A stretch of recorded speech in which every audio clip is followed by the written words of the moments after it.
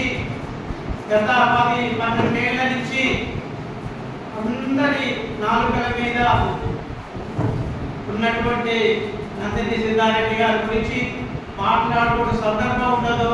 స్వరాష్ట్ర సాధనలో, తెలంగాణ ఉద్యమంలో సాహిత్యం యొక్క విలువల్ని, అదేవిధంగా సాహిత్యవేత్తగా అనేక సభలలో ప్రజల్ని ఉత్తేజపరుస్తున్నటువంటి నందిని సిద్ధారెడ్డి గారు హైదరాబాద్ నుంచి మనకు సమయం కేటాయించి ఇక్కడికి రావటం, ఈ రోజు సమావేశంలో ఇంకో క్లాస్ వర్తమాన పరిస్థితులు, రచయితల స్పందన అనే అంశం మీద సార్ కూడా 1 అవర్ మాట్లాడతారు. తర్వాత యువ కవులకు సత్కారాలు ఉంటాయి. ఈరోజు అల్పాహారం కూడా ఉంటుంది, ఏ ఫికర్ లేదు. ప్రశాంతంగా ఈ రోజు మొత్తం తెలంగాణ సాహిత్యానికి కేటాయించినట్టు మేము ఆల్రెడీ చెప్పాం. ఓపికగా వినవలసిందిగా కోరుతూ ఇప్పుడు ముఖ్య అతిథిగా పెద్దలు సిద్ధారెడ్డి గారిని మాట్లాడవలసిందిగా.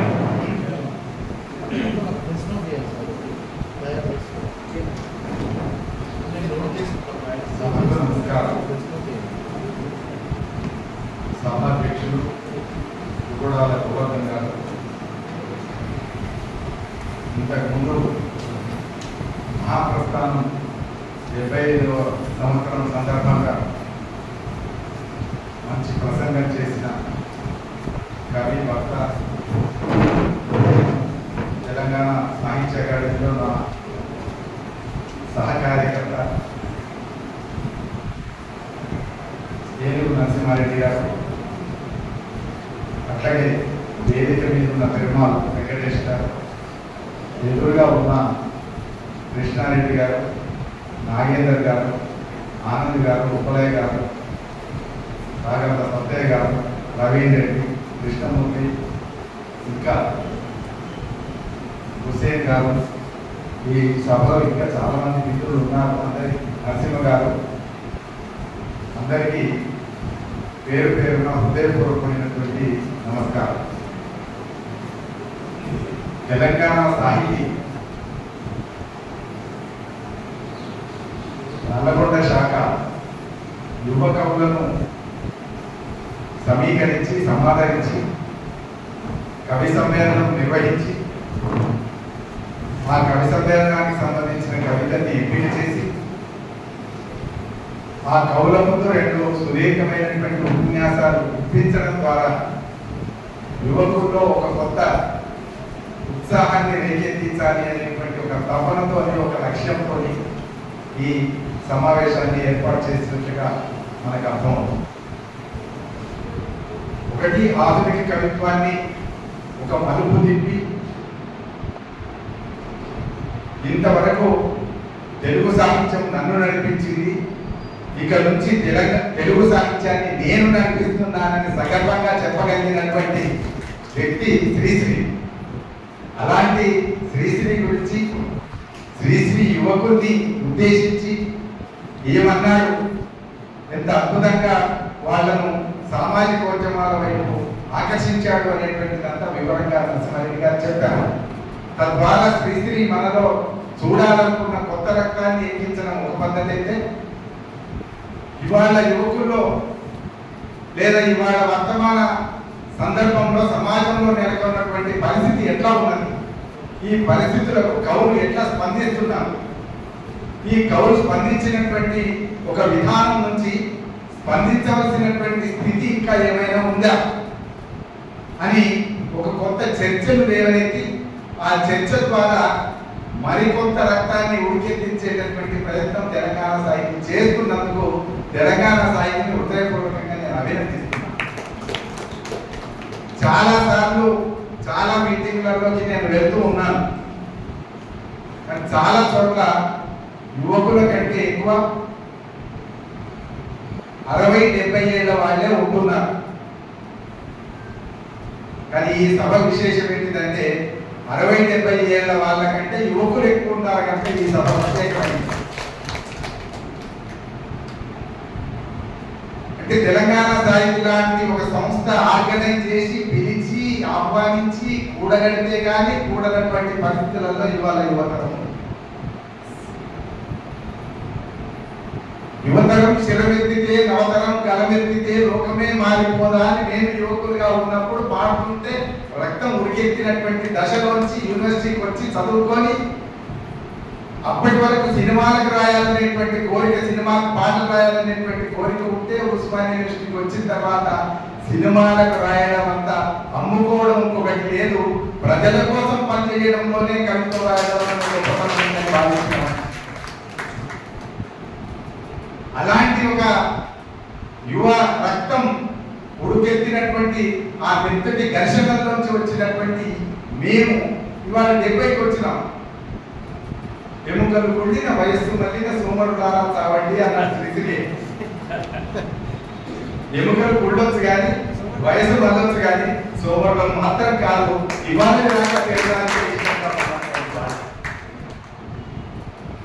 ఇవాళ ఆశ్చర్యకరంగా ఏమైంది, ఆయన ఎముకలు కుళ్ళిన వయస్సు మళ్ళిన అని వృత్తుల గురించి చెప్పాడు.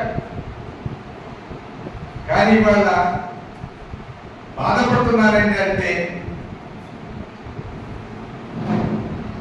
ఎముకలు చాలా దృఢంగా ఉన్నా లేదా వయస్సులో ఉత్సాహం ఉడకలెత్తుతున్నటువంటి వాళ్ళలో సోమరితనం చూస్తున్నా. బాధపడద్దు, ఎవరు యువకులు బాధపడాల్సిన అవసరం లేదు. ఇంట్లో తల్లి చిట్ట చివరి దశలో 9 గంటల దాకా చూసి ఎవరో తినకపోతేరా తినరా అంటారు. తినరా అంటే ఎప్పటికి తిండారా ఆదుకుంటాడు. ఆమె పాపం తింటే బోల్డర్ని సర్దుకొని ఆమె పడుకోవాలి. పొద్దంతా పనిచేసిందా, 9 గంటలు అయిపోయింది, 9:30 అయింది, ఇంకా రాలేదు. మళ్ళీ 9:30 దాకా చూసి ఏమన్నా అంటే ఏమన్నా అంటాడేమో అనుకోని 10 గంటలకు మళ్ళీ అడుగుతుంది, ఎవరో తినకపోతే ఎవరా తింటదియే ఏందో తిని ఆమె అమ్మన్నది పని చేయమనే తినుమనే అన్నది. నీ ఆరోగ్యం గురించే చెప్పింది, నీ జీవితం గురించే చెప్పింది, నీ భవిష్యత్తు గురించే చెప్పింది. కానీ ఏం లేదు. మళ్ళీ 10:30 అవుతుంది, ఆమె పడుకోవాలి. మళ్ళీ అడుగుతుంది, బాగా అసలు వచ్చి కూర్చుంటే జాగ్రత్త నిద్ర వస్తుంటుంది. అప్పుడు అడిగి వస్తే పిచ్చిలేసి దానికి అని దబాయించేటటువంటి యువతరం ఇవాళ నా చుట్టూ కనబడుతున్నది. అత్యంత బాధాకరమైనటువంటి పరిస్థితి. దానికి భిన్నంగా మీరందరూ ఇక్కడికి వచ్చినందుకు నేను సంతోషంగా మీ అందరికీ హృదయపూర్వకంగా, ఎందుకంటే ఇక్కడికి రావడం అనేటువంటిది కూడా ఒక చైతన్యమే. కవిత్వంలోకి రావడం ఒక చైతన్యం, సభకు రావడం ఒక చైతన్యం. ఎవరి మమ్మల్ని పిలువలే కానీ మేము కవిత్వంలోకి వచ్చాం. ఎవరి మమ్మల్ని ఆహ్వానించలే కానీ సభలకు వెళ్ళేవాళ్ళం. సాయంత్రం అయిందంటే పగలంతా కూడా యూనివర్సిటీ క్లాసులలో, సాయంత్రం అయిందంటే పరిషత్తాలో లేకపోతే కృష్ణదేవరాయ భాష మీదనో అక్కడ దాకా వెళ్ళాలి. ఆ కవి మంచి ఎన్నిక లేకపోతే ఎన్నిక కూర్చొని అరవాలి. అది కూడా చెప్తున్నాను. మేము యువకులుగా ఉన్నప్పుడు సోమరులుగా మాత్రం లేము. ఎన్నిక కూర్చొని అవసరమైతే అరిచాము, తిట్ల పడ్డాము, కొడతామంటే కూడా పడడానికి సిద్ధంగా ఉండి తప్పించుకున్నటువంటి సందర్భాలు కూడా ఉన్నాయి. రోడ్లు బంద్ చేసి కొడతామన్న రోజులు కూడా ఉన్నాయి. ఎందుకంటే మహాకవుని మీరు అంటారు. ఎవరెవరైనా మహాకవులు, పెద్దవాళ్ళ గోపాల్ రెడ్డి, ఆనాడు ఆస్థాన కవి దాశరథి, వీళ్ళందరినీ మేము వెనక కూర్చొని బడాయిస్తుంటే కాడోజీ లేచి వెనక వరకు వచ్చాడు. వెనక వరకు వచ్చి నీకేం తెలుస్తుందిరా, యవనంలో తప్ప ఏం లేరు అని ఆయన మమ్మల్ని తిరుగుతూ అన్నాడు. నీకేం తెలుస్తుందిరా, ఒకవేళ దాశరథి లాంటి వాడు కనుక అనుకోని ఇదే సుల్తాన్ ప్రతాప్లో నిలబడి, కృష్ణదేవరాయ భాషా నిలయంలో జరిగింది, ఇదే సుల్తాన్ ప్రతాప్లో నిలబడి ఆయన కనుక ఈ సుల్తాన్ ప్రతాప్ నాకు కావాలి అని ఒక మాట అంటే సుల్తాన్ ప్రతాప్ మొత్తం రాసిస్తుంది రాజు తెలంగాణ జాతి అంతా రుణపడి ఉన్నది అని చెప్పి ఆయన ఈ మాట ఎందుకన్నాడు? ఈ మాట ఎందుకన్నాడు అని అంటే అంత చరిత్ర ఉన్నది దాశరథి. నేను దాశరథిని పోవడం కోసం రాలేదు, నేను యువకుల్ని ప్రేరేపించడం కోసం, కవిత్వంలోకి ఆకర్షించడం కోసం. ఇదెందుకు చెప్తున్నానంటే దాశరథి కూడా యువకుడిగా ఉన్ననాడు ఉద్యమాల్లోకి వచ్చాడు, కవిత్వం రాశాడు. ముసలి నక్కకు రాజరికము తక్కువని అని చిన్నగా ఉంటాడు, పొట్టివాడు. నిజాం కూడా పొట్టివాడే, కానీ నిజాం యొక్క 3 సైన్యాలు ఉన్నాయి. ఒకటి బ్రిటిష్ సైన్యం ఉంది, బ్రిటిష్ పోలీసులు ఉన్నారు, 2 రజాకార్లు ఉన్నారు, ఆయన ప్రైవేట్ సైన్యం, ఆయన సొంత పోలీసు ఉంది. 3 సైన్యాలు ఉన్నటువంటి ఒక అధికారం, నిర్విరామమైనటువంటి నిరాటకమైనటువంటి అధికారం చెలాయిస్తున్నటువంటి నిజాం నవాబు పట్టుకొని ముసలి దగ్గరకు రాచరికము తట్టుకునే దాశరథ.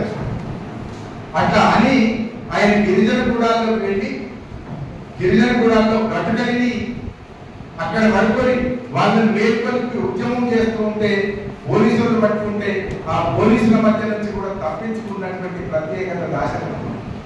నిజానికి తెలుగు సాహిత్యంలో ఏ కవికి కూడా ఇంత గొప్ప చరిత్ర లేదు, ఒక దాశరథికి మాత్రమే ఈ చరిత్ర. అందుకని ఆయన మాత్రం ఆ దశ నుంచి వస్తే ఇవాళ నాకు ఇచ్చిన టాపిక్ ఏంటిదంటే వర్తమాన పరిస్థితులు కవుల స్పందన. కవులు నిజంగా ఇవాళ ఉన్నటువంటి పరిస్థితుల్లో ఒక యువకులు అని అంటే మొత్తం కవులు ఎట్లా ప్రతిస్పందిస్తున్నారు, ఎట్లా రెస్పాన్స్ అవుతున్నారు అని అన్నప్పుడు ఇవాళ గతం కంటే కవిత్వానికి సంబంధించి విపరీతమైనటువంటి ఆదరణ పెరిగింది. ఒకటి. రెండవది, విపరీతమైనటువంటి సాధనాలు ముందుకు వచ్చినాయి. వాళ్ళ పరిస్థితి ఏంటిదంటే ఒక కవిత రాస్తే ఆ కవిత ఒక పత్రిక పంపితే ఆ పత్రికలో ఆ ఎడిటర్ నచ్చితే ఒక లెటర్ రాసి మీ కవిత మేము ప్రచురిస్తాం, మీరు వెంబడి ప్రచురిస్తాం, అప్పటిదాకా మీరు ఏమనొద్దు, మేము ప్రచురించేదాకా చూడండి అని చెప్పి రాసి పంపేవాడు. అప్పటిదాకా చూసేవాడు. ఇవాళ పరిస్థితి ఏంటంటే ఈ క్షణం కవిత రాస్తే ఈ క్షణంలోనే ఫేస్బుక్ లో పెట్టుకోవచ్చు, ఈ క్షణంలోనే వాట్సాప్ లో కూడా పెట్టుకోవచ్చు, ఆ క్షణంలోనే మహానుభావులు వీళ్ళు ఎంత కష్టపడి రాస్తున్నారో నాకు తెలియదు కానీ కింద రాస్తున్న వాళ్ళు సూపర్ బ్రో అంటారు. ఈ బ్రో ఏంటిది, ఈ బ్రో ఏంటిది అని నాకు మొదట్లో అర్థం కాలేదు. నేను పాత తరం కదా, 70 ఏళ్ళు దాకా వచ్చినా కదా, అందుకని బ్రో ఏంటిదని అర్థమైతే బ్రో అంటే బ్రదర్ అట. సూపర్ బ్రో అన్నాడు కదా ఈయన అంటే ఆడ కుప్పాల కృష్ణమూర్తి ఉంటే ఆయన కుప్పాల లక్ష్మణమూర్తి అని రాస్తాడు. కృష్ణమూర్తి లక్ష్మణమూర్తితో తెలవకుండా కవిత పాఠశాల విచ్చివర్సిటీతో కూడా తెలవకుండా సూపర్ బ్రో అంటాడు. ఈ సూపర్ బ్రో అన్నందుకు ఈ కవిత పోస్ట్ చేసిన ఆయన మహా సంతోషపడతాడు. అని నాకు 5 సూపర్ బ్రోలు వచ్చినాయి. ఏం చేసుకుంటావా సూపర్ బ్రో? రాష్ట్రలేదా సంఘటనలు ఇవాళ సామాజిక మాధ్యమాలు చాలా ముందుకు వచ్చినాయి. వెంటనే ఒక 5 నిమిషాల్లోనే నువ్వు పోస్ట్ చేసి ప్రజల్లోకి తీసుకెళ్ళగలిగినటువంటి అద్భుతమైనటువంటి సాధన మీ ముందరికి వచ్చింది. చాలా సంతోషం. మనం ఆహ్వానించాలి కూడా. చాలా సంతోషం. ఒక పత్రికలో కవిత రావాలంటే 1 నెల 2 నెలలు 3 నెలలు అయినటువంటి సందర్భాలు కూడా ఉన్నాయి. అలాంటిది మరో నిమిషంలో ఫేస్బుక్ లో వాట్సాప్ లో పెడుతుంది. సంతోషం. ఇవాళ అట్లనే మీకు అందరికి తెలిసిందే కాలం చాలా వేగంతో ఉన్నది, పరిగెత్తుతున్నది. మనం నడుస్తున్నాం కానీ కాలం పరిగెత్తుతున్నది. కాలంతో పరిగెత్తాలి మనం. సంఘటనలు ఇవాళ చూసి ఇవాళ ఇలాంటి సంఘటన ఇంక ముందు జరగదేమో లేదా జరగలేదు కదా అనుకునేటటువంటి లోపునే ఒక 10 సంఘటనలు జరుగుతున్నాయి. అంటే ఎంత వేగంగా కాలం పరిగెత్తుతున్నదో మీరు చూడండి. ఒక సంఘటన జరిగి మనం మర్చిపోకముందే ఇంకొకటి సంఘటన జరిగి ఆ సంఘటననే మనల్ని దృష్టి మరుస్తుంది తప్ప మనం మర్చిపోకముందే సంఘటన జరుగుతున్నటువంటి వేగవంతమైనటువంటి దశలో మనం ఉన్నాం. ఇవాళ పొలిటికల్ లీడర్ ఒకటి తింటాడు, అరే ఇట్లా తిట్టడం పద్ధతి కాదని మనం ఇవాళ మాట్లాడుతుంటారు. రేపు ఆ పొలిటికల్ లీడర్ తింటాడు. వీళ్ళది ఏం భాష అని మనం ఆలోచిస్తుంటాం. ఈ ఇద్దరి మధ్యన మనం ఆలోచిస్తున్నప్పుడు ఈ ఇద్దరి మధ్యన ఒక్కొక్కడు వాడు కింద అనేది కామెంట్స్ పెట్టాడు. కామెంట్స్ వీళ్ళ కంటే భయంకరమైనటువంటి బూతులు ఉంటుంది. లీడర్ నయమనిపిస్తారు. లీడర్ నయమనిపించి కామెంటేటర్స్ ఇంకా బూతులు మాట్లాడగలిగినటువంటి ఒక వ్యవస్థలో మనం జీవిస్తున్నాం. ఒక సంఘటన జరిగితే మనకు బాధ అవుతున్నది. తల్లిని చెప్పింది, చంపింది, కాలు పెట్టి తొక్కారు, ఏదో చేశారు, కొట్టారు, పొలం ఊపిరితో ఉంది, ఆడ వెళ్ళిపోయాడు, చచ్చిపోయింది అని వెళ్ళిపోయింది.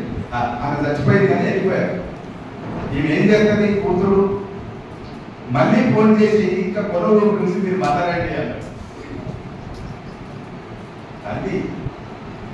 తల్లిని చంపడం కోసం కొలవీపులతో ఉంటే కూడా పోర్చుకోలేనటువంటి ఒక దుస్థితి వ్యవస్థ మన చుట్టూ పరిణమిస్తుంది. ఈ నేర వ్యవస్థను సంస్కరించాల్సినటువంటి పని ఎవరిది? మరి గౌలది, యువకులకు. మేము చెప్తుంటాం, మేము నిరంతరంగా కవుల్ని ప్రేరేపించడానికి ప్రయత్నం చేస్తాం, యువకుల్ని ప్రేరేపించడానికి ప్రయత్నం చేస్తాం. కవిత్వం రాస్తాం, పాటలు రాస్తాం, పద్యాలు రాస్తాం. నరసింహారెడ్డి గారు పద్యాలు కూడా రాస్తాం. ఇవన్నీ చేసిన ఈలాగా ఊరికగలిగినటువంటి శక్తి మాకు.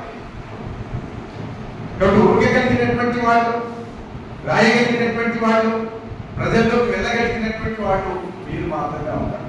కనుక వేగంగా సంఘటనలు జరుగుతూ ఉంటే, వేగంగా కవిత్వం కూడా వస్తున్నటువంటి సందర్భం, వేగంగా రచనలు కూడా వస్తున్నటువంటి సందర్భంలో మనం జీవిస్తూ ఉన్నాం.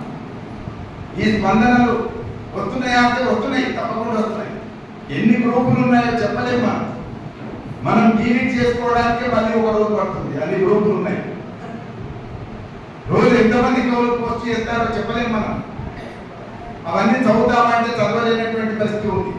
అందుకనే సూపర్ బో ఎందుకు అంటున్నారంటే చదవకుండా పెడుతున్నారా?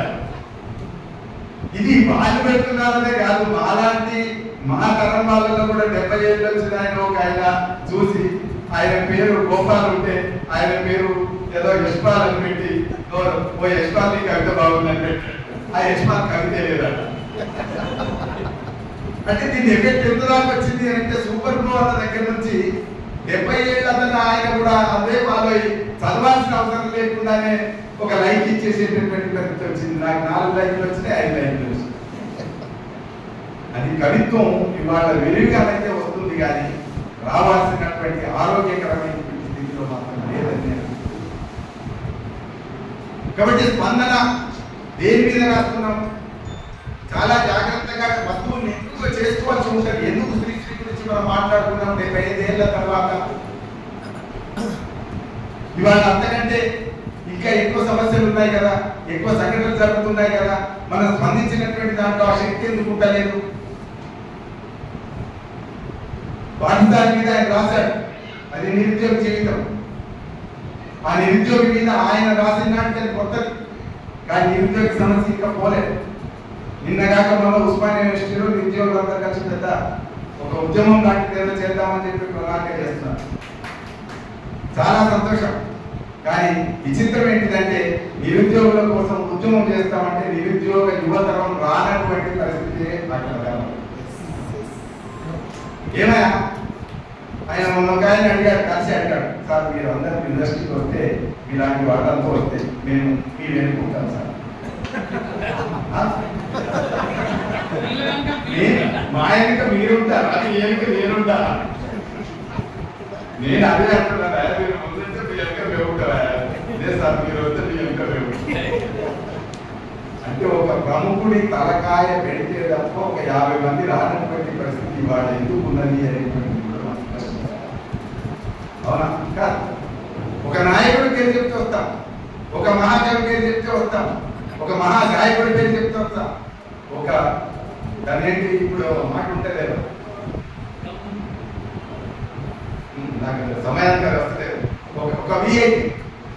ఒక విఐపి ఉంటే వస్తామా? Celebrity, right? నేను సెలబ్రిటీ అనే మాట కోసం విఐపి వచ్చింది, సెలబ్రిటీ కోసం తల్లాడుతుంటాం. సెలబ్రిటీ కోసమే చూస్తున్నామా, మన సమస్యల మీద స్పందిస్తున్నామా అనేది చాలా కీలకమైనటువంటి ప్రశ్న మనం తీసుకోవాలి. ఈ సెలబ్రిటీలు మన ప్రశ్నలు మాట్లాడరు, మన సమాధానం చెప్పరు, మన ప్రశ్నకి ఆన్సర్ కూడా చెప్పరు. వాళ్ళు మన సమస్య గురించి వాళ్ళు మాట్లాడితే వాళ్ళు సెలబ్రిటీ కాదు, సెలబ్రిటీ స్థానం నుంచి పోతారు వాళ్ళు. కాబట్టి వాళ్ళు సెలబ్రిటీలు డబ్బులు తీసుకొని వస్తారు, డబ్బులు తీసుకొని పోతారు, కానీ ఎవరి సమస్య గురించి మాట్లాడరు. ఎవరి సమస్య గురించి మాట్లాడకపోయినా సెలబ్రిటీల మీద పడి వేగంగా పరిగెత్తి మనల్ని మనం హరణం చేసుకునేటటువంటి దుస్థితులలో ఇవాళ సమాజం. అది కావాలి. ఏంటయ్యా సినిమా రిలీజ్ అయితే మనకెంత, రిలీజ్ కాకపోతే సంధ్య థియేటర్లో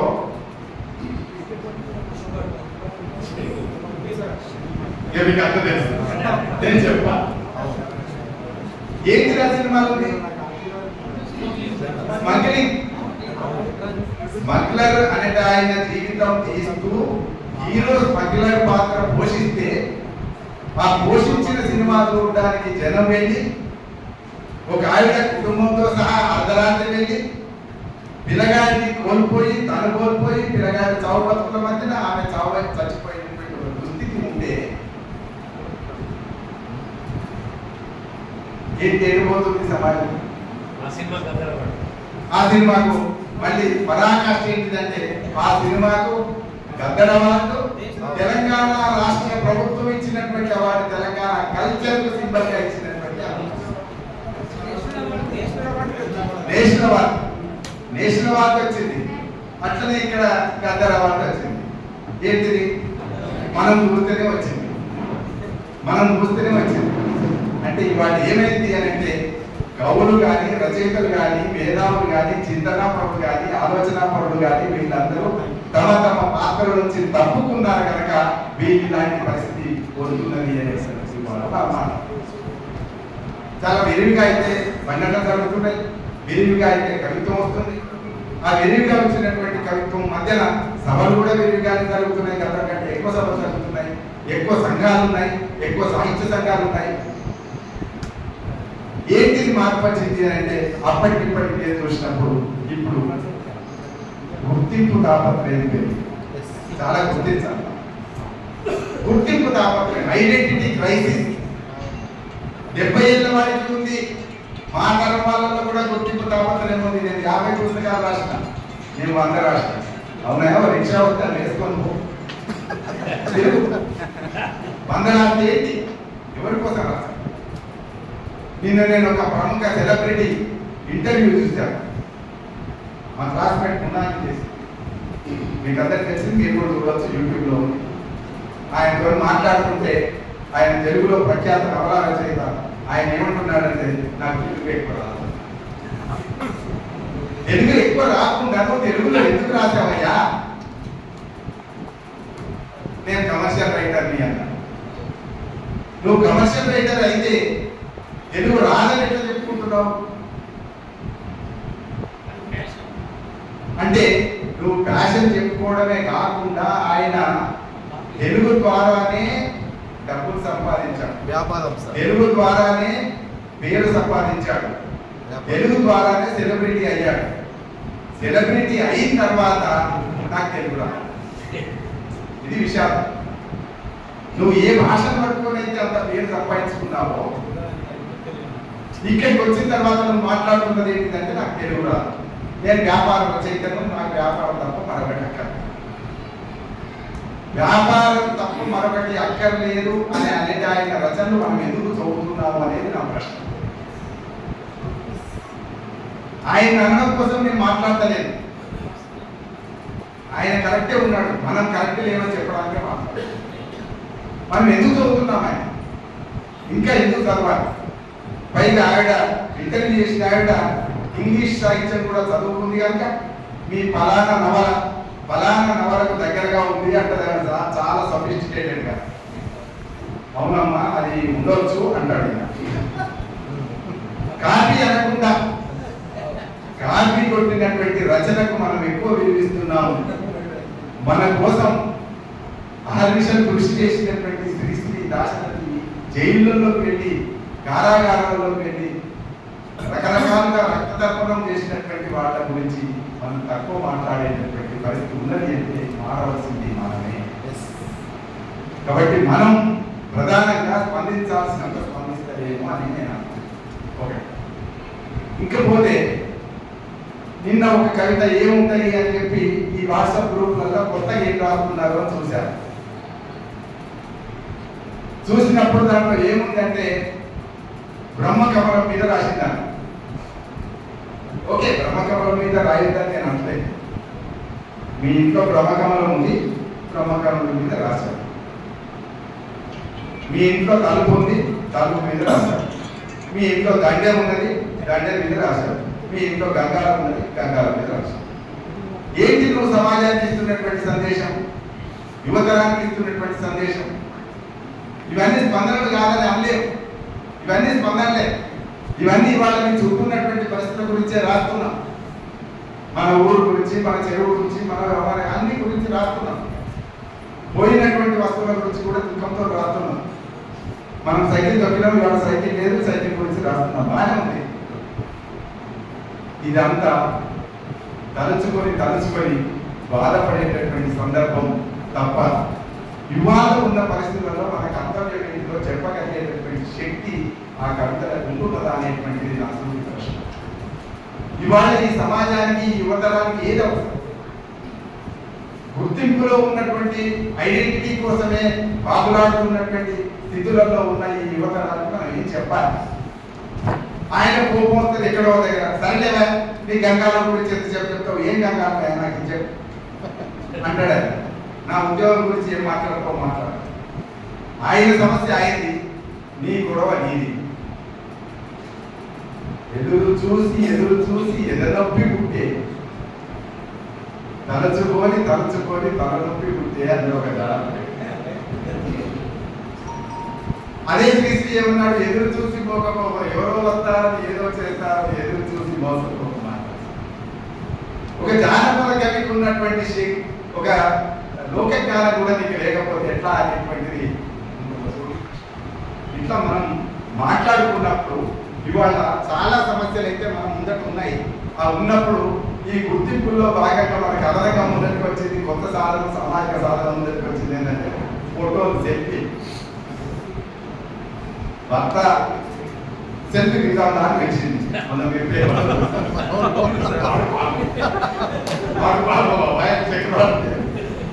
ఆవిడతో ఒక ఫోటో ఉంటుంది కదా, వచ్చాడు. ఆ ఫోటో తీస్తూ లూట్ చేసింది. ఆలుమగల మధ్య ఉండాల్సింది ఏంటి? ఏముంది? తల్లిదండ్రుల మధ్య ఉండాల్సింది ఏంటి? ఏముంది? గురువు పిల్లల మధ్య ఉండాల్సింది ఏంటి? ఏముంది? కవులు పాఠకుల మధ్య ఉండాల్సింది ఏంటి?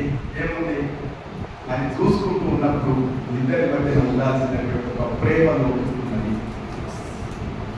Love and affection.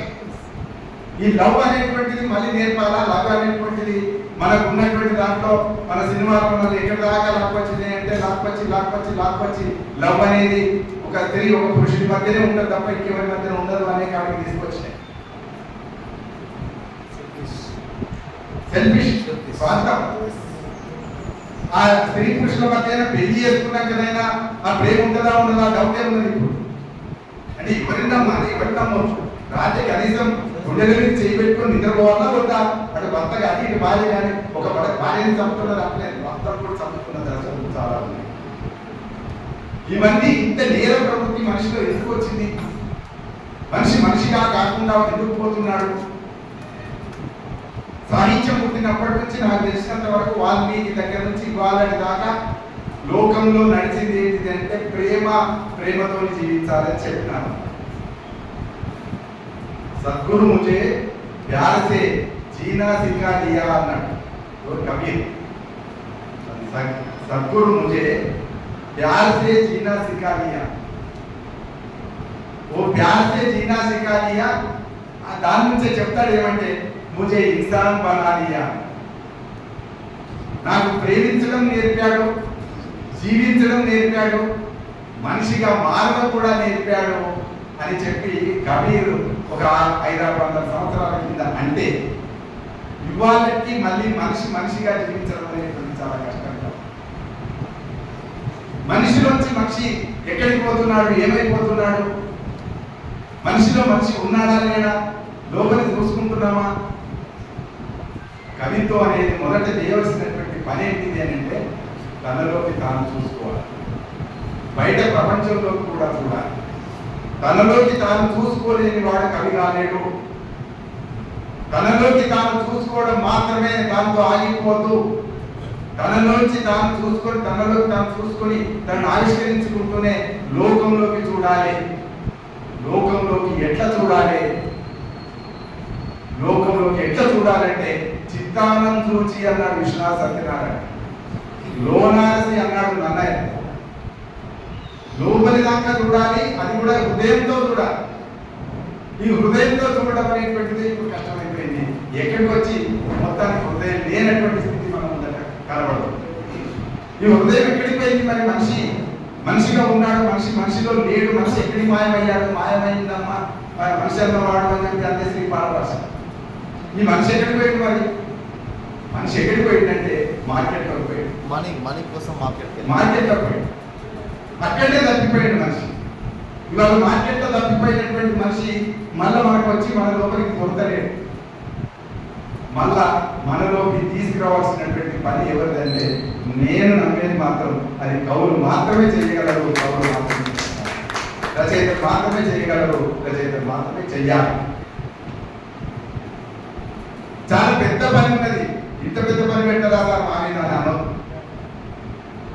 ఇక్కడ పెట్టాడు, ఎక్కడ తప్పిపోయిన వాళ్ళని తీసుకొచ్చా, మనిషిని తీసుకొచ్చి మన మనుషులు పట్టిపోయిన తరానికి ఒక మనిషిని కానుక ఇవ్వాలని రాసుకోవచ్చు. పట్టిపోయిన తరం ఏమైపోయింది? ప్రేమ లేదు, సాహసం లేదు, త్యాగం లేదు. ఏమైపోయింది అంటే ఎంతసేపు చేతిలో ఒక పరికరం వచ్చింది, ఆ పరికరానికి బానిసైపోయేది. జేబులోకి చేయి పెడితే ఎటు చూసినా నాకు హృదయమే తగ్గుతుంది అన్నాడు. జేబులో చేయి పెట్టి చూస్తే నాకు జేబులో హృదయం మాత్రమే తగ్గుతుంది అన్నాడు. అని ఏమన్నాడు కింద? ఆ హృదయానికి ఇప్పుడు మార్కెట్ లేదా. ఏమన్నాడు? నిజంగా హృదయం ఉన్నటువంటి వాడిని ఇవాళ మార్కెట్ పట్టించుకుంటలేదు. ఎవడైతే హృదయం అమ్ముకున్నాడో వాడిని మాత్రమే మార్కెట్ పట్టించుకుంటున్నాడు. ఎవడైతే హృదయం తాకట్టు పెట్టాడో, ఎవరైతే హృదయం ఇచ్చేశారో వాడిని మాత్రమే పడుతుంది. ఈ హృదయం లేకుండా చేయడం అనేటువంటిది ఇవాళ వ్యవస్థ మన మీద రుద్దుతున్నటువంటి ఒక బలవంత ప్రయత్నం. ఆ బలవంతపు రుద్దడంలోకి, ప్రయత్నంలోకి మనం వెళ్తే మన హృదయాన్ని మనం కోల్పోతాం అనేటువంటి కారణం. వాడు ఏమంటాడు? అకస్మాత్తుగా 100% లవ్ అంటాడు. 100% లవ్ ఉంటుందా? తల్లి మీద ఉంటుందా? భార్య మీద ఉంటుందా? ప్రియురాలి మీద ఉంటుందా? ఇవాళ వల్ల రెండు అనుకోవాలి.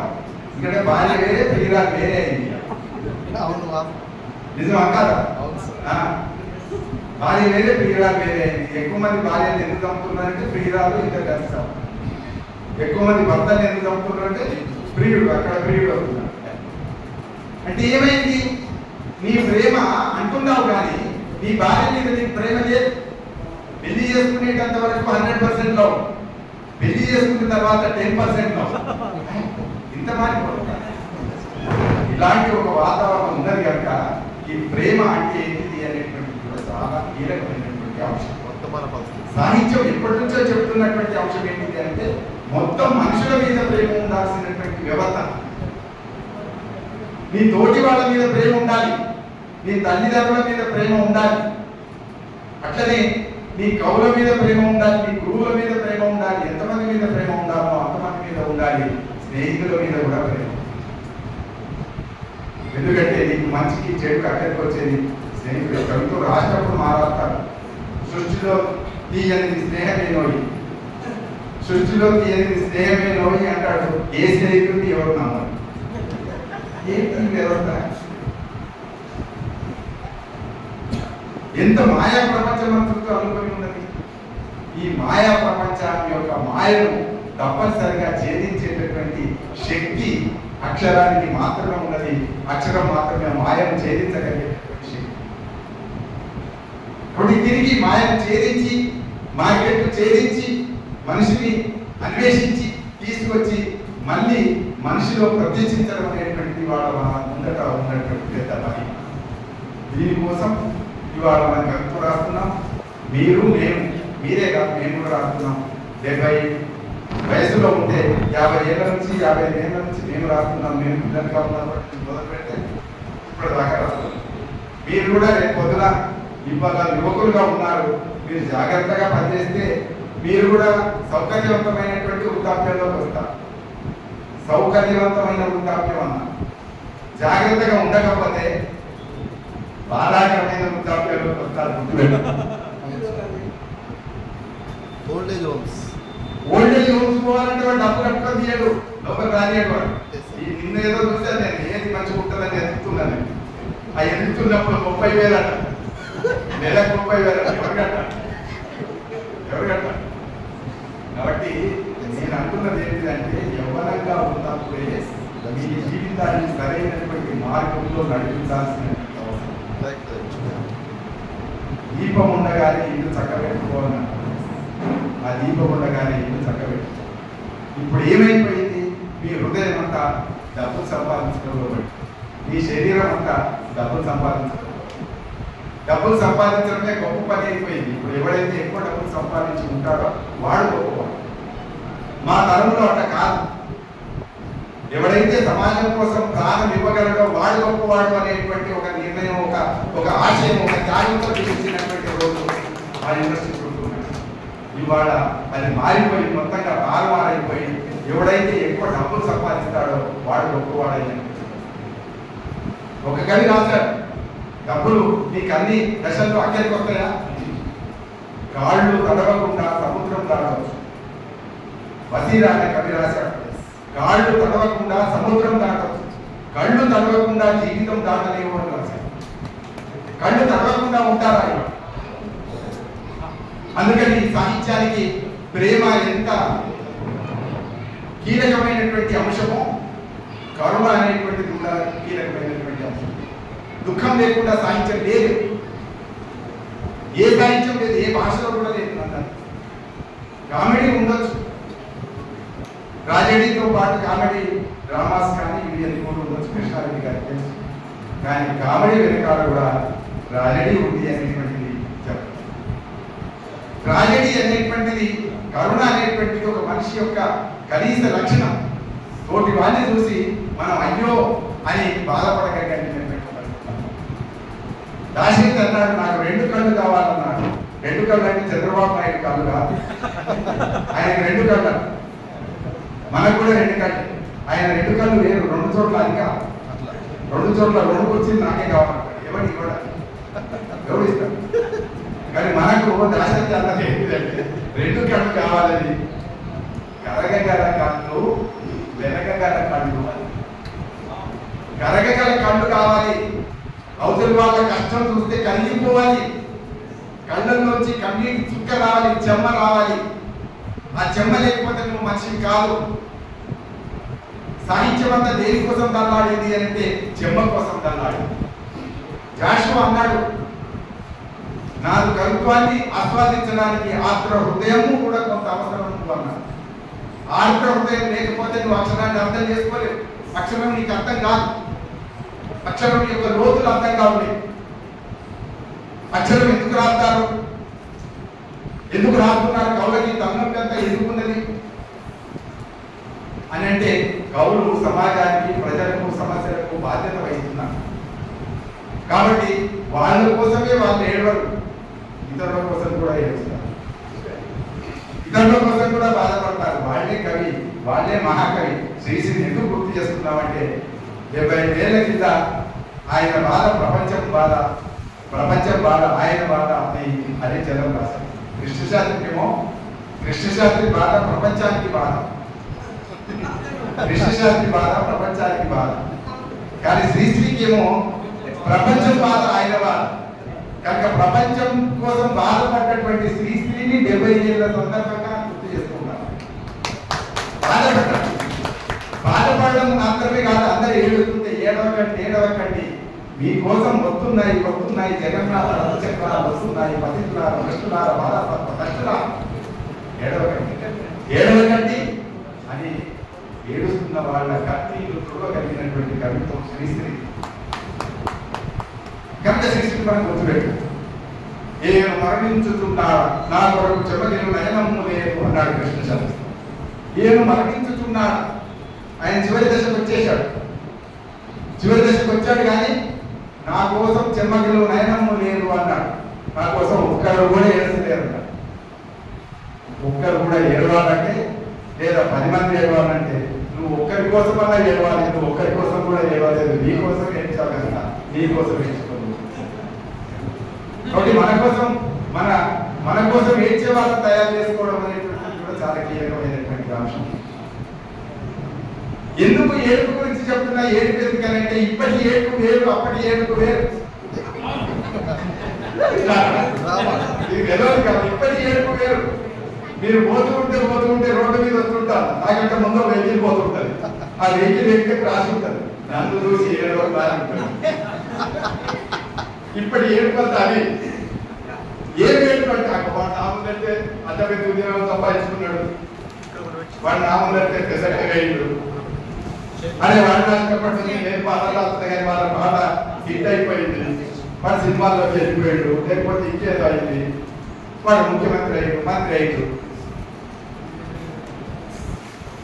ఇతరుల కోసం ఏడుపు అంటే అట్లాంటి ఏడుపు కాదు, ఇతరుల కష్టాల నుంచి హృదయం శారీరం. అది నేను చెప్పే శారీరం కాదు, కరుణా హృదయం, దయా హృదయం. దయగలిగినటువంటి ఒక లోకం కె. శ్రీనివాస్ రాశాడు, దయగల లోకం దయలేని లోకం అయింది, దయగల తమ్ములారా ఈ దయలేని లోకాన్ని చెల్లించండి అని రాశాడు. తల్లులకు దయ ఉంటుంది, అది నేను అందరికీ అనట్లేదు.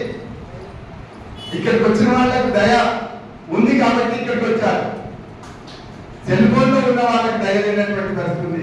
ఎక్కడ చూసి నేర్చావయ్యా, ఈ తప్పు ఎట్లా చేసావయ్యా, తల్లి చంపుతారయ్యా మనం అడిగితే ఆయన నేను యూట్యూబ్లో చూసిన సార్, యూట్యూబ్లో చూసిందట ఎట్లా చంపాలి అంటే యూట్యూబ్లో అన్నీ ఉంటాయి. ఏమి నేర్చుకోవాలో ఏమి తీసుకోవాలో నీ వివేచన, నువ్వు చదువుకున్నావు, నీకు వివేచించే శక్తి ఉంది. సదసత్ వివేక చతుర చదివిన సదసత్ వివేక చతుర్థ కాదు అన్నాడు సారీ పోదా. చదువు వల్ల మనకి ఏం వస్తుందట అంటే మంచి ఏదో చెడేదో తెలుసుకోగలిగినటువంటి పరిస్థితి వస్తుందా? ఇవాళ మంచి ఏదో చెడేదో తెలుసుకునే పరిస్థితి వస్తుందా చదువుతోని?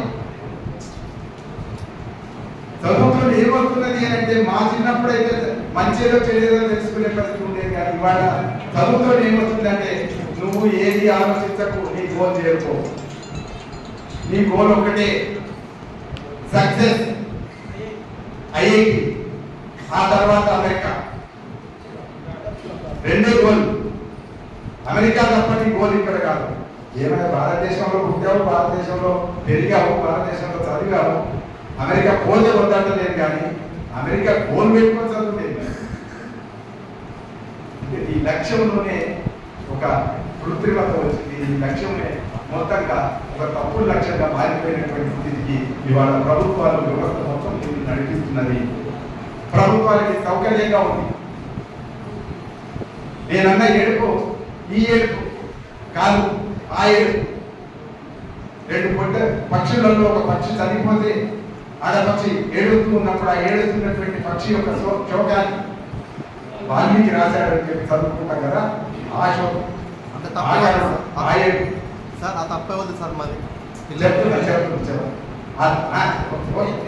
తప్పే ఉంది అని వీళ్ళ తప్పు మొత్తం ఈ 40-45 సంవత్సరాల చరిత్ర తప్పు. అయితే చరిత్ర స్పష్టంగా ఒక రూపంలో ఉంటుందంటే ఉండదు. చరిత్ర మనకు 40 సంవత్సరాల చరిత్ర ఇచ్చింది కదా, బాధ్యత వహించడం తిరిగి రాదని. అయితే ఈ చరిత్రలో ఎవరెవరు తప్పున్నది అంటే అందరి తప్పున్నది. ప్రధానంగా పాలకులు తప్పు. పాలకులు నేను మత్పరించాలనే ప్రయత్నం చేస్తున్నారు, మత్పరిస్తున్నారు. పాలకులు మత్పరిస్తే దాన్ని తెలుసుకోవాల్సినటువంటి బాధ్యత మన మీద ఉన్నదా లేదా? తప్పేవద్ది అంటే మన తప్పుడు ఉంది అలా. ఎందుకుంది? మనం ఎందుకు చదవట్లేదు? మంచి పుస్తకాలు చదవచ్చు కదా. చదివితే ఏమొస్తుంది? సాహిత్యం 4 అంశాలు వస్తాయి అన్న. సాహిత్యం చదివితే ఏమవుతుంది అంటే 4 అంశాలు వస్తాయి అన్న. ఏంటి? ఒకటి, మనిషి చాలా ఫ్రెష్గా ఉంటాడు, తాజాగా ఉంటాడు, నిరంతరం ఉత్సాహంగా పరిశుద్ధంగా ఉంటాడు. సాహిత్యం చదివితే ఒక శుద్ధి అయిపోతాము. అది ఒకటి. అంటే మనల్ని మనం శుభ్రంగా మార్చుకునేటటువంటి ఒక శక్తి సాహిత్యం ద్వారా మనకు లభిస్తుంది. సాహిత్యం ద్వారా వచ్చే మొదటి ప్రయోజనం. రెండవ ప్రయోజనం ఏంటిదంటే ఒక రుచి తెలుస్తుంది. రుచి అంటే దానికి ఎట్లా జీవించాలి, ఏ అనుభవంలో ఏమున్నది, ఏ అనుభూతిలో ఏమున్నది అనేటువంటి రుచి. రుచి అంటే నాలుగవ రుచి కాదు.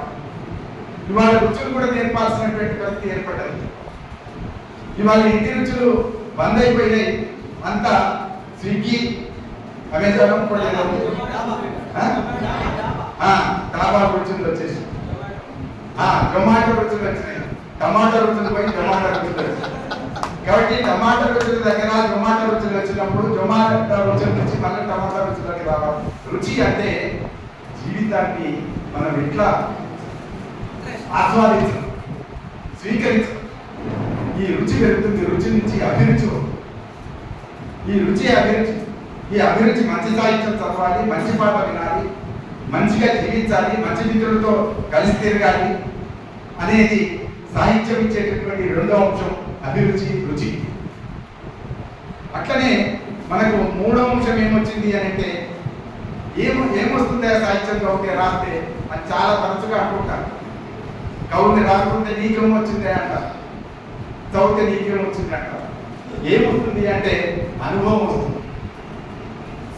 ఆ అనుభవం ఏంటిది అని అంటే లోకానుభవం.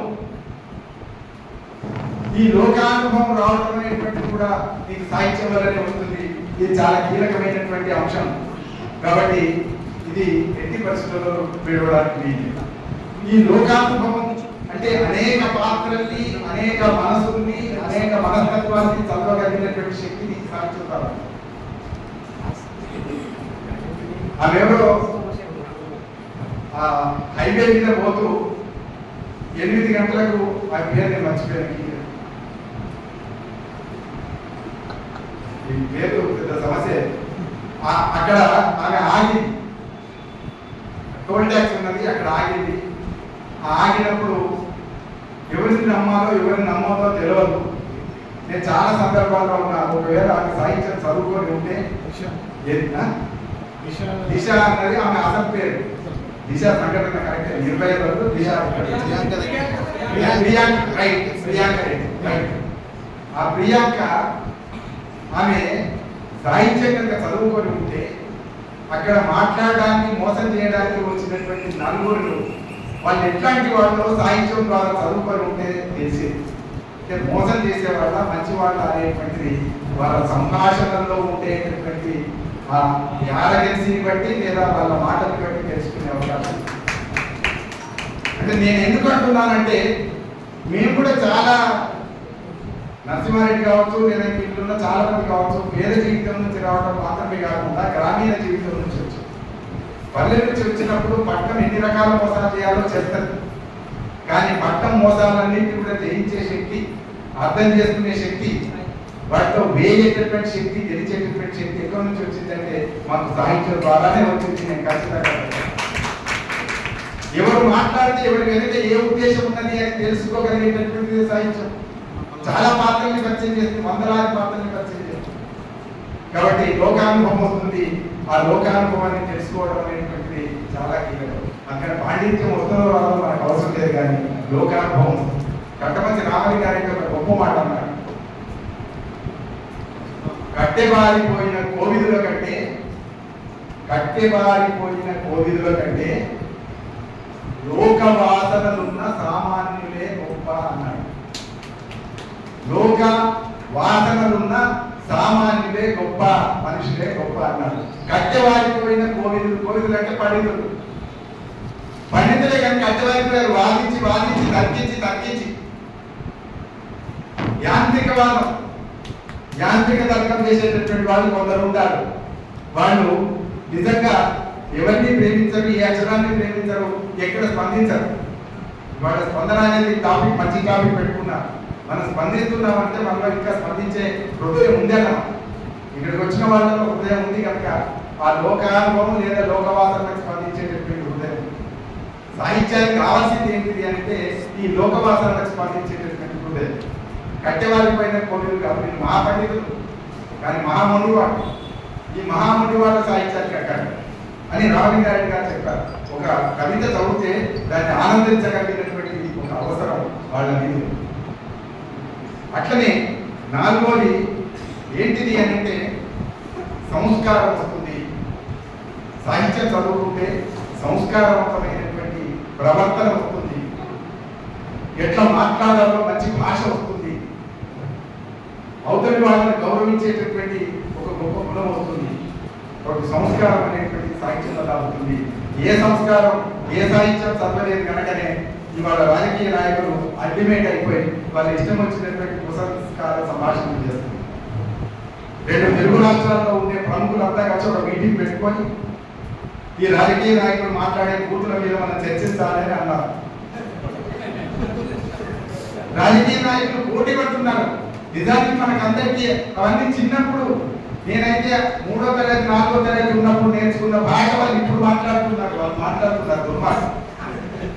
నాకు సాహిత్యం అనేది తెలియక ముందు మాట్లాడిన భాష వాళ్ళు రాజకీయంగా ఉన్నతమైనటువంటి స్థానాల్లో ఉండి మాట్లాడుతున్నారు. ఇది దుస్థితి. ఈ దుస్థితిని మనం మార్చాలి. ఇట్లా చాలాసేపు నడుస్తుంది కాబట్టి నేను ఎక్కువ విషయాలు ఇంకా చెప్పడం కుదరదు. కాబట్టి ఇట్లా మనం సాహిత్యాన్ని అర్థం చేసుకొని ఈ పద్ధతిలో పెట్టి మనం ఇవాళ హృదయాన్ని కాపాడుకుంటూ సాహిత్యాన్ని రాయాల్సినటువంటి అవసరం ఉన్నది. అది చెమ్మగిలే సాహిత్యాన్ని రాయాలి. ఇంకొక విషయం చెప్పి నేను ముగిస్తాను. ఇంకొక విషయం ఏంటిదంటే ఇటీవల కాలంలో చాలా మంది సాహిత్యకారులు మాట్లాడుతున్నారేమంటే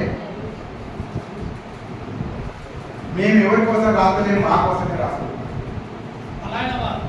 పలాయనవాదం మా కోసమే రాసుకుంటున్నాం, మీకోసమే రాసుకుంటున్నారు. కానీ మళ్ళీ సోషల్ మీడియాలో పెడుతున్నారు కదా, మీకోసమే రాసుకుంటున్నారు. కానీ సూపర్ బ్రో అంటే పొంగిపోతున్నారు కదా, మీకోసమే రాసుకుంటున్నారు. కానీ శాల్వాలు కాకపోతే పొంగిపోతున్నారు కదా, మీకోసమే రాసుకుంటున్నారు. కానీ పురస్కారాల కోసం పోటీ పడుతున్నారు కదా.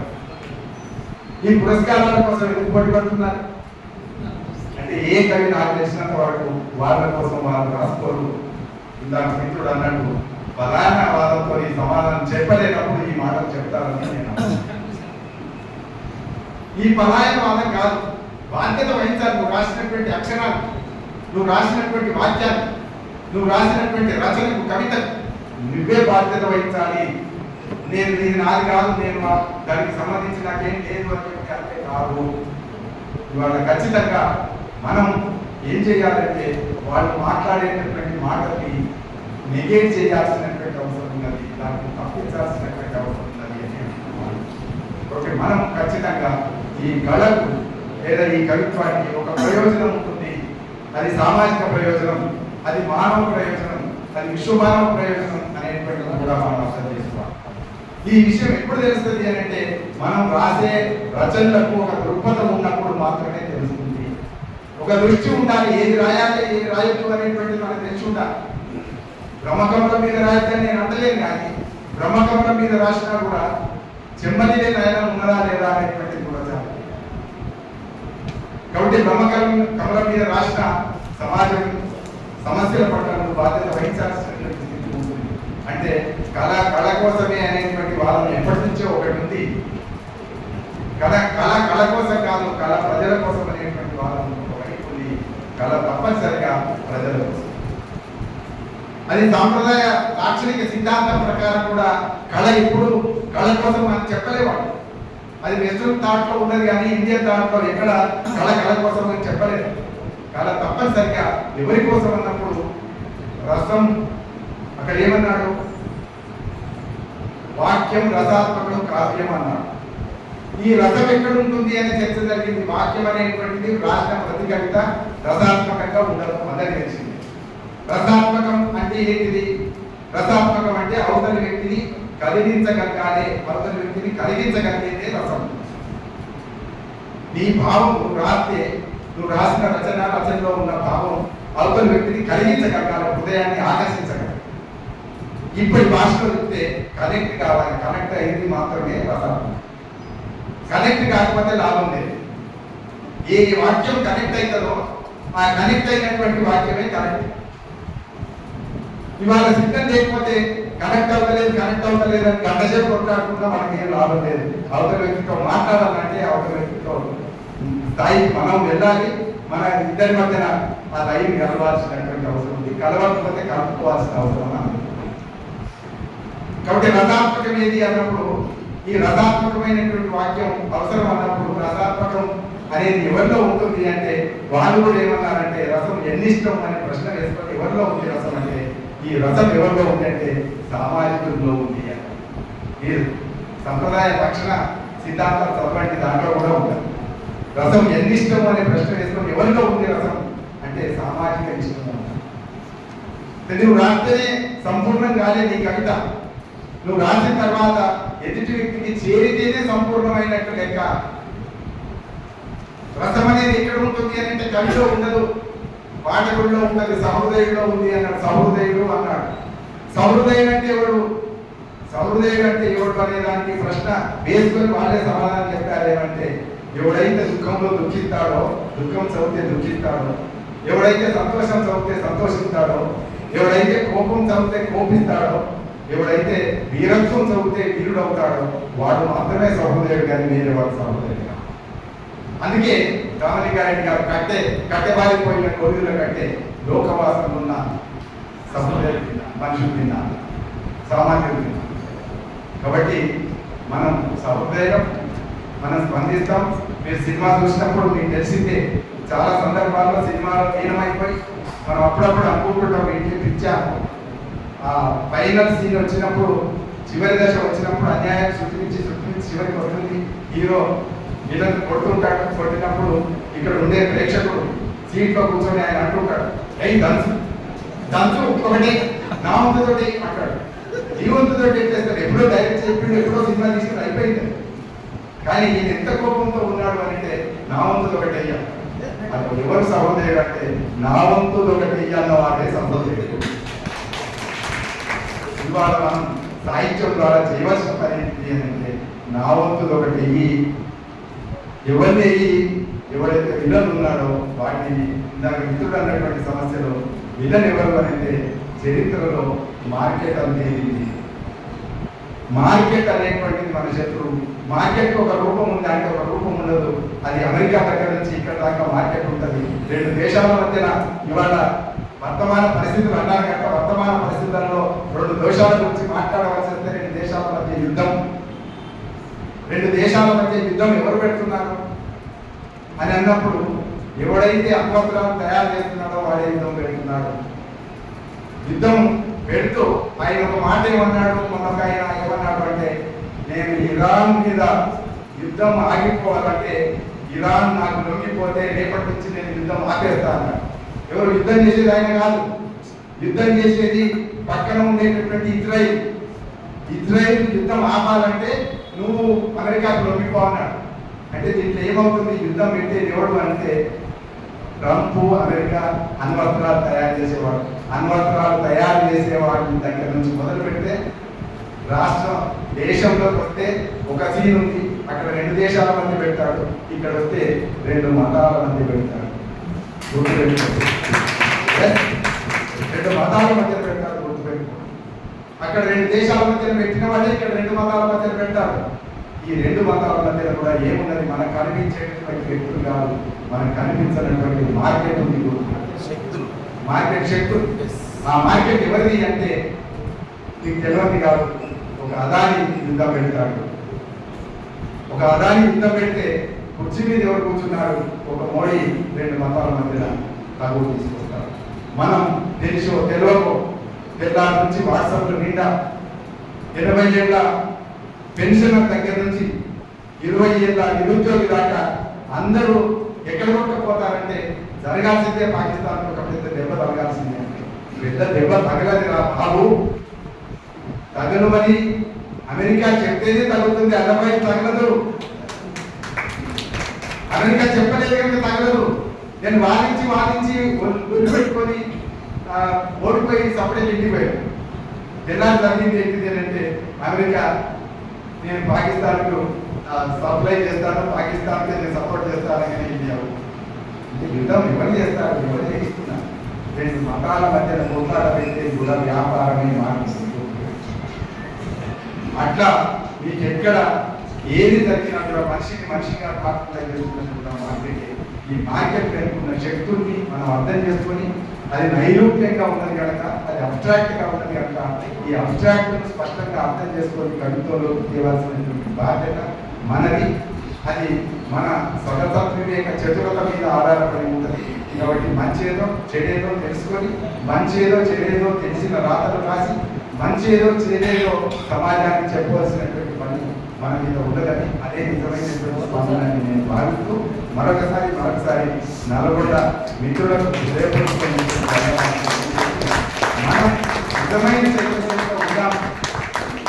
ఎప్పటికైనా మార్కెట్ను ఓడించే ప్రయత్నం చేద్దాం, సాహిత్యాన్ని గెలిపించే ప్రయత్నం చేద్దాం. నమస్తే. సాహిత్యం ఉందాం.